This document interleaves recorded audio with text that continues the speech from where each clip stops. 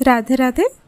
रहिबनी gas acidity समस्या मानन्तु एही 10टी नियम।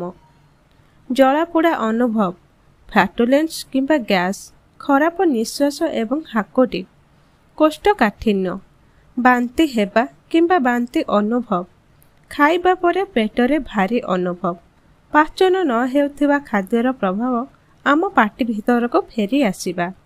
एसिडिटी रो साधारण कारण जेपरिक बहुत मसलायुक्त एवं तेलिया खाद्य, चा कॉफी ठंडा पानीय, कंचा पियाज रसुण, लेंबू कमला एवं किवी परी साइट्रस फल एवं टमाटो, जंक फूड इत्यादि।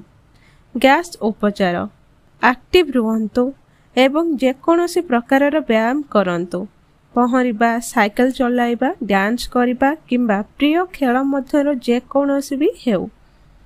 दिन को 4 ରୁ 5 थर अल्प अल्प खाद्य खाआंतु। शोइबाको जिबार 2 ରୁ 3 घंटा पूर्वरु शीघ्र रात्रि भोजन करंतु। अधिक खाओ नाही।